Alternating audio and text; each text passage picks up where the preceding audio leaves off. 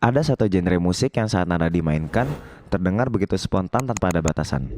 Itulah yang disebut jazz. Berkembang di New Orleans, Amerika Serikat pada abad ke-20, jazz merupakan salah satu genre musik yang terlahir dari pertemuan budaya yang memadukan blues, ragtime, dan tradisi musik Afrika Amerika. Dentum instrumen seperti kontrabas, saksofon, trompet, drum kit, hingga harmoni piano menjadi jiwa utama musik jazz. Melalui aliran swing di era 1930-an, jazz mendunia merambah ke aula dansa hingga mulai populer di berbagai kalangan. Dari panggung dunia, nama-nama seperti Louis Armstrong, John Coltrane, sampai penyanyi dalam negeri seperti Era Mono, Ermi Kulit, Indra Lesmana adalah mereka yang mewarnai musik jazz. Di Indonesia, jazz memiliki peminat yang lumayan banyak. Dan Bandung adalah salah satu kota tempat di mana identitas musik jazz terasa paling otentik. Suasana kota yang asri membuat genre jazz banyak diminati oleh berbagai kalangan dan eksis hingga kini.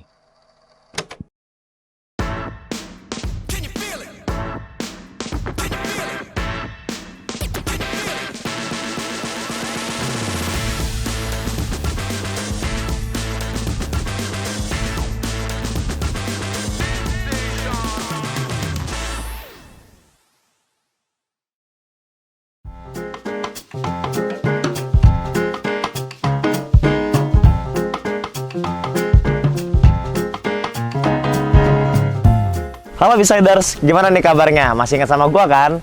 Setelah kemarin kita bahas tentang alternatif rock, di episode 2 ini gua mau ajak kalian buat ngulik lebih dalam soal genre jazz. Jazz bukan soal improvisasi, tapi soal rasa dan kebebasan dalam berekspresi. Dan sekarang juga gua mau ngajak kalian buat cari tahu nih tentang tanggapan masyarakat soal genre jazz di Bandung tuh kayak gimana sih? Penasaran nggak sama tanggapan mereka kayak gimana? Yuk ikutin gua.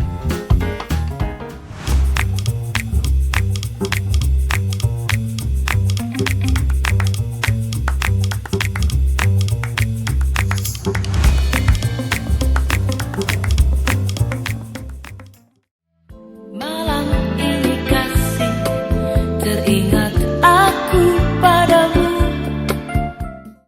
I see trees of green, red roses too. Kesan aku setelah dengar musik tadi, lagunya tuh bener-bener tenang banget, nenangin, kayak calming gitu loh. Keren dan juga elegan sih menurut aku.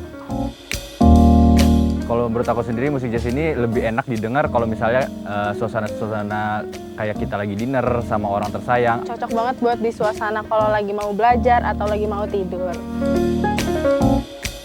Menurut pandangan aku sendiri, orang yang suka mendengarkan musik jazz ini orang-orang yang keren ya, orang yang elegan gitu. Terus dia kayak classy gitu orangnya. Menurut aku gitu.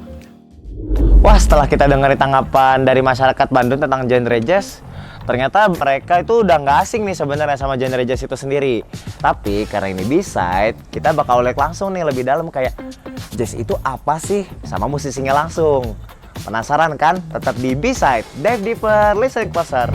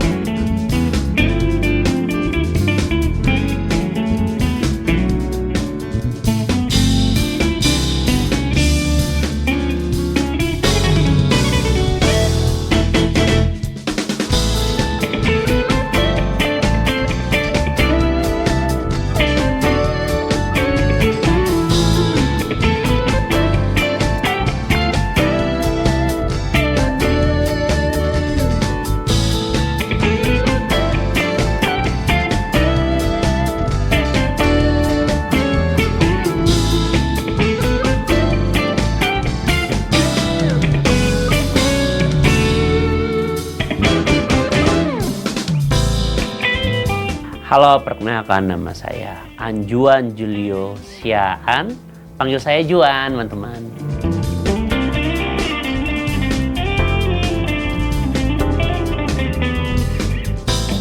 Alat musik saya itu gitar, teman-teman. Kenapa saya memilih gitar? Karena gitar itu seperti kayak tempat untuk bercerita, tempat di mana saya beraksi untuk menambah energi dalam diri saya.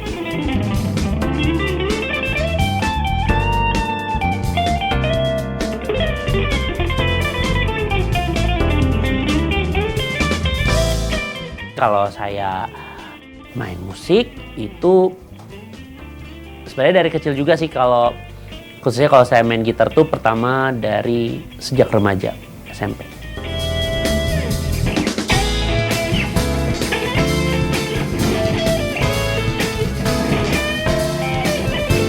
Sebenarnya macam-macam sih, ya main pop, main rock, blues, dan macam-macam lah, all round genre ya. Tapi selalu utamakan dalam musik jazz, fusion, selalu utamakan musik jazz.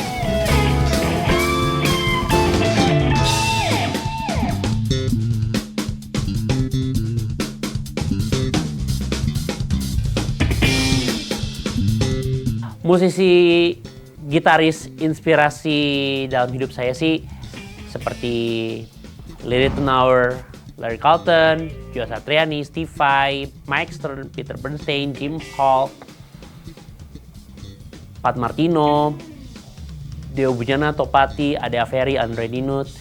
Tapi kalau di luar gitaris sih siapa yang menginspirasi ya? Kayak Miles Davis, Cannonball Adderley, Bob James, Nathan East, hampir semua favorit.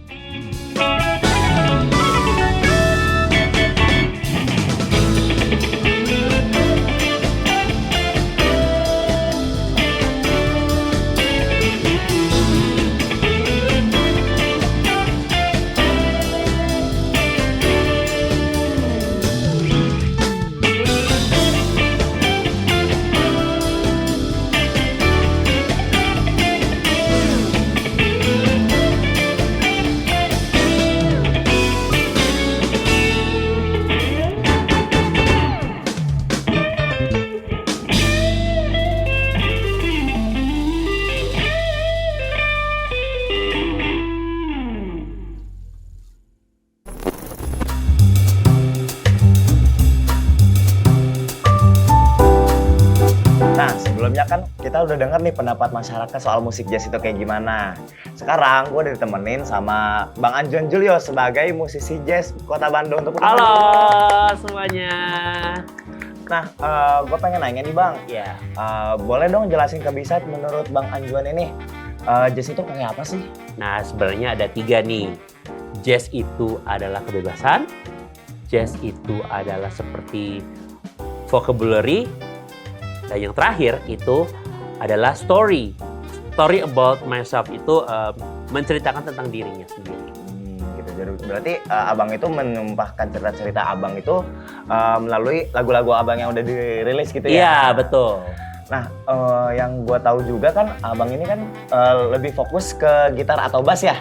Gitar sih. Lebih fokus ke gitar gitu? Gitar. Nah, kenapa Abang memilih alat musik gitar itu sendiri untuk mengekspresikan musik jazz Abang gitu? Karena kan seperti yang kita tahu juga ya, jazz itu kan lebih fokus ke instrumen-instrumen kayak saxophone, kontrabass, dan lain-lain gitu. Kenapa tuh Bang? Alasannya adalah tone suaranya lebih smooth, lebih asik, lebih soul-nya dapet, terus cara permainannya juga sedap gitu kan. Kayak misalnya contoh kayak picking, alternate pada umumnya gitu kan ya. Dan tidak hanya itu, kayak main octave dengan sound clean dan masih banyak gitu.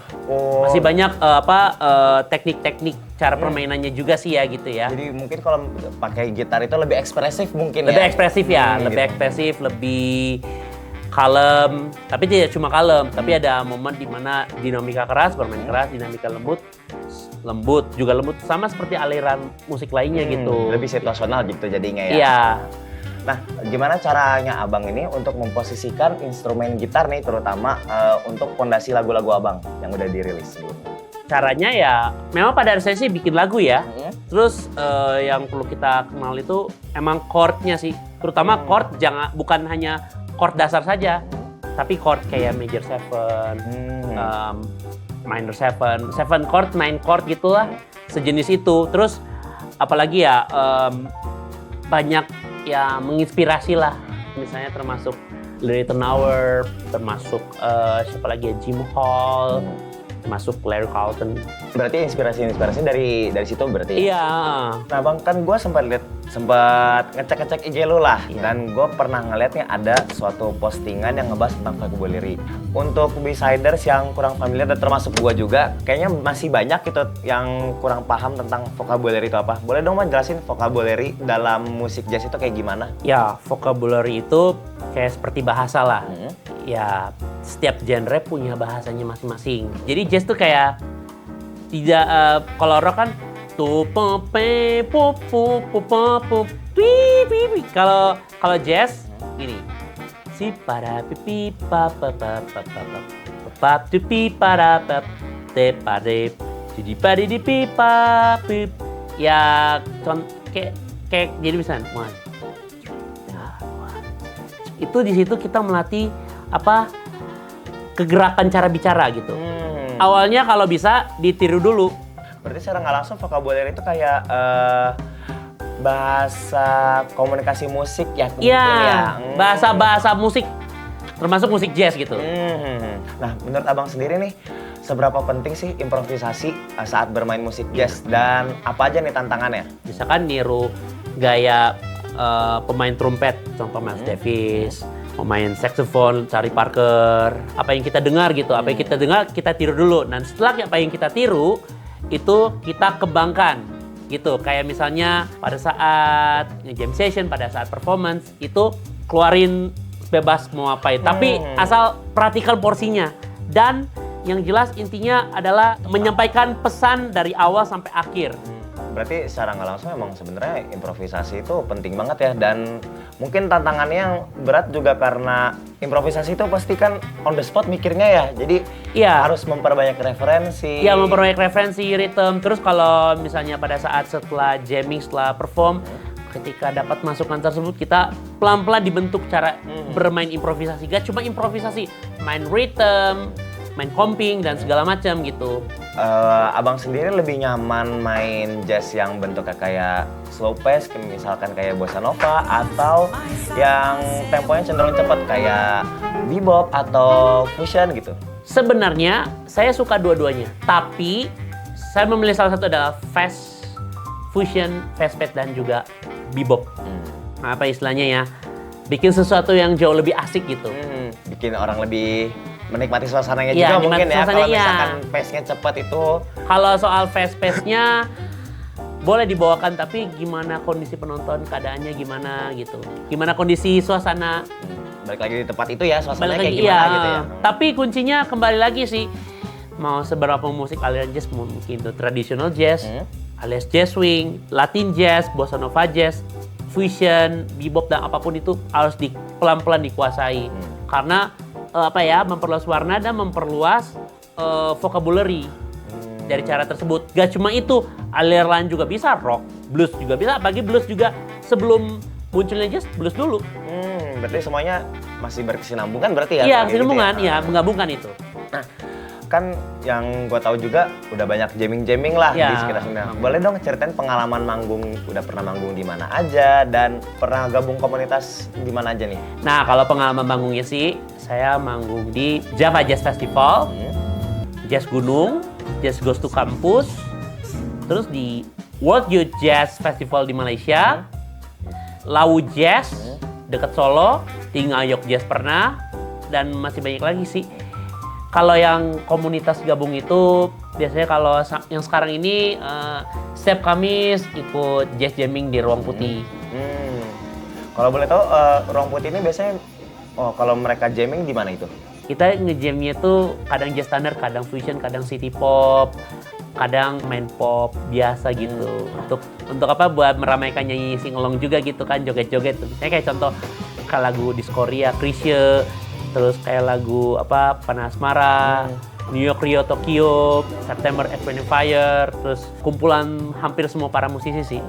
Oh, berarti di Romput itu nggak cuma musisi-musisi jazz aja berarti Iya, kan? Banyak- ada blues, banyak banget. ada country, dan beberapa lainnya gitu. Campur-campur lah gitu. Tidak hanya itu sih, tapi saya juga ikut beberapa komunitas jazz yang ada di Jakarta juga kan.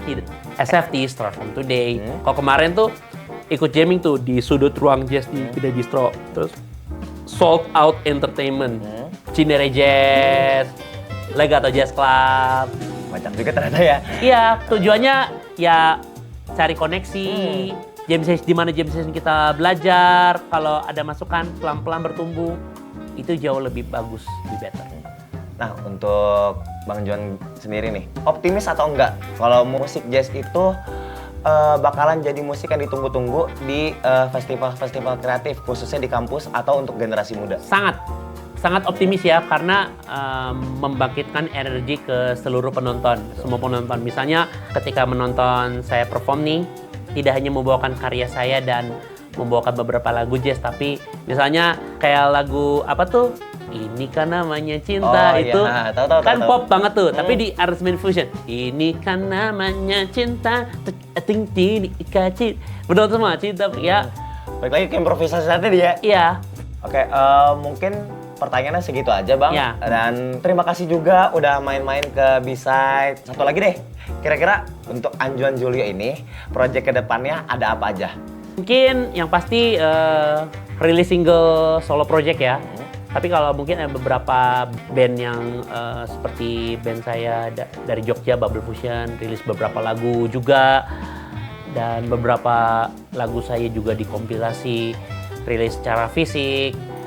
Ada yang mungkin ya banyak sih ya, mohon doanya ya, pengen bikin Amin, karya saya amin. tapi didukung sama musisi profesional yang pada umumnya kayak seperti Anjuan Julio featuring Dewa Bujana, featuring Topati, featuring Indro Jadi Koro, dan beberapa musisi jazz lainnya kayak Berlik Mahua dan sebagainya gitu. Tapi emang satu juga cita-cita juga pengen bikin project karya terbaru saya tapi featuring musisi Sama musisi internasional internasional, gitu ya. iya, gitu. Amin, semoga semua yang dicita-citakan dapat terwujud ya. Amin, amin.